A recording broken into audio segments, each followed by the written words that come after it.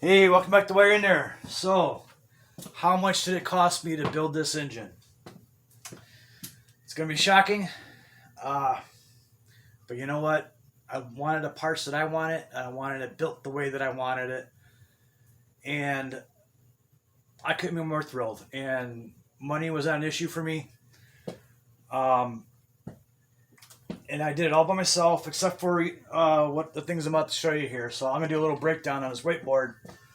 So far I got up here. The first thing that I did um, was I took the block out at a clean board 30 over. He installed the cam bearings and he ground the crankshaft.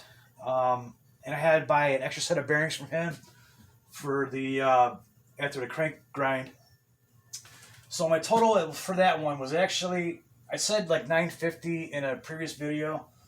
It was actually more like 1050. All right. My guy is a Highliner shop. He just builds stuff for the racetrack, things like that, high performance cars. And I don't want this thing to last another 300,000 miles. So that's why I went with him. A lot of shops will do it a lot cheaper, but the ones I found had bad reviews. This guy had nothing but good reviews. So that's why I went. So then I ordered an Edelbrock head, which was $1,800, but they screwed me over for 7 months, which is what took this build so long. Finally, I got fed up, and I said, you know what? I still had the old head here, so I sent it out to this same guy. So the cylinder head was another 500, and I'm guessing $30. Again, he's a Highlander guy. He knows what he's doing. He built everything inside of it. Magnafluxed it. Everything was replaced. Springs, the valve guides, the valves themselves, and what other odds and ends I can't think of right now. So, 530 for that. Now my engine kit, my rebuild kit, which I got from Engine Tech, the kit for this actually was I want to say $649, but it didn't come with the lifters or new push rods, so that put my cost up a little higher. So with that, it was $789 for the rebuild kit. So let me think after that. I'm trying to go by the memory of how I did it in the videos and all. So I'm just going to put over here miscellaneous. That is, I had to buy a couple gaskets off Amazon. You know, spray paints to paint it up real nice. So I'm going to go probably on the higher end here. I'm just guessing 250. All right. And that's for shop rags, the spray paints, extra gaskets I needed, RTV sealers, break-in oils, and little doodads like that, thermostat. That engine rebuild kit doesn't come with everything, so research that when you're talking to them on the phone. They'll gladly talk to you and tell you what's in the kit and what doesn't come with it. Yeah, but they're happy to talk to you, walk you through the whole build. So after that, then I got the Harland roller rockers. Let's see, Harland. Let's put rockers here. Those are not cheap either. Those are $480.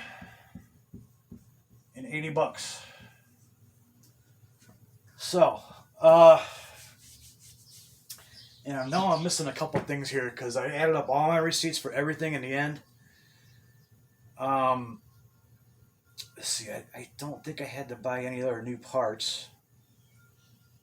Oh, I got a new air filter. So air filter was another $50.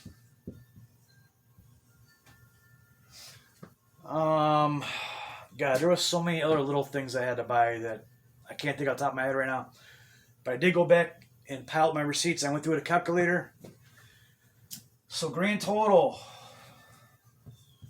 for me to do this by myself And this is with buying a brand new shop crane, a brand new engine stand, um, diesel for my heater because I started on this in the wintertime. Um, I had to buy clutch.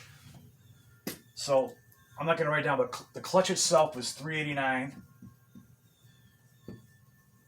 and I got that high inertia flywheel, which is about 40 pounds heavier than the stock one that comes on these, and there's a lot of benefits to it. I would read up on it if it's something you're interested in. But for example, like if you're in a rock garden and you just keep stalling, everybody stalls and climbing rocks, uh, especially manual. But the high inertia flywheel, it's made of billet steel. It was pretty expensive, but the point of it is, with it being so heavy, and it's shaped completely differently than the stock ones. You'll see it if you get one. There's a review on this channel on it when I did an unboxing review on it. But the high inertia flywheel, that was another $430. Yeah, not cheap. And I had to buy some tools, stuff like that. So miscellaneous times two. I probably bought $300 in tools. Things that I needed, like I broke a torque wrench, so I had to go buy a new one, and I needed a 250 pounder. So that was, kind of up there. Little things like ratchet wrenches. I had to buy a couple bolts off of eBay for something, something or another. Spring compressor, or I mean not a spring compressor, but piston ring compressor. That's like little things like that. So that was another $300 for tools. But like I said, I went through all the receipts. I added up the pennies and everything, the 10.99s and 3.99s, all that little stuff. It was easy number to remember, but to do it by myself might shock you. Tell me in the comments what you think about this. But you know what? Before I show this number, I couldn't be more happier with how this turned out. It turned out perfect for me. We've added some horsepower to it. I got rid of all the gunk and everything inside the block. That mud was actually getting inside the block. Everything's sealed tight. It's beautiful. I mean, if you've been watching the build, it's a beautiful engine. So, grand total, $4,444. That's what it cost me to build this engine the way that I did it and the way that I wanted it. That was me doing it by myself, except for, rebuilding the head, the Magaflux, installing the cam bearings, the crankshaft needed to be ground, the block needed to be cleaned and bored over 30. So that's stuff that I couldn't do myself. So that's what it cost me to rebuild it. $4,444. A little pricey. Let me think. Tell me what you think in the comments, man. Good or bad. Like I said, price wasn't an issue for me. Time was more of a commodity lost than money for me, because it took so long to do this because Edelbrock screwed me over on that cylinder head. But with that cylinder head, it would have been, what was this? Okay. It would have been $1,300 more if I went with that high performer cylinder head. I'm kind of glad I didn't go that way because it has larger ports in it. Excuse me. I got a tickle in my throat. But it has larger ports in it, which is great for highway. But like, after doing a lot of reading and researching on it, it actually brings your low end torque way down because the ports are just too large. So I'm glad I got the cylinder head back on it, the one that came off it here. Got that back in there because it's going to be great for, on a low end torque and the highway torque. Before, even with these 37s on it, and it's got a 7.5 inch lift, 37-inch tires. I'm carrying 500 pounds alone just in the tires. All five of them, they're 100 pounds a piece, just the rubber. But I'm re-geared at 488. And I used to be able to go down the highway. I'm not even kidding. Flat road, flat down the highway. I could go 90 miles an hour and let go of the steering wheel. I'm not even kidding about that. But I got the headers on it. I got the high flow intake. A couple little doodads, fuel injector upgrades, which allow me to do that. Yeah, they are rolling bricks, but if you put some money and time into them, you can get it to go. I mean, it's not going to pop wheelies, but you'll have plenty of horsepower on the highway. So anyway, I know people are going to be wondering, man, what it costs to build.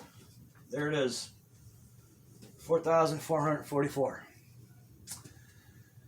So the build is complete. Thanks for watching. Thanks for hanging out. And check back in once in a while. I'm always tinkering. I'm always doing something with this Jeep. So that's why you're in there. And please like, please subscribe, and get the updates on new videos for anything else I'm doing tinkering. There you go. All right, that's why you're in there.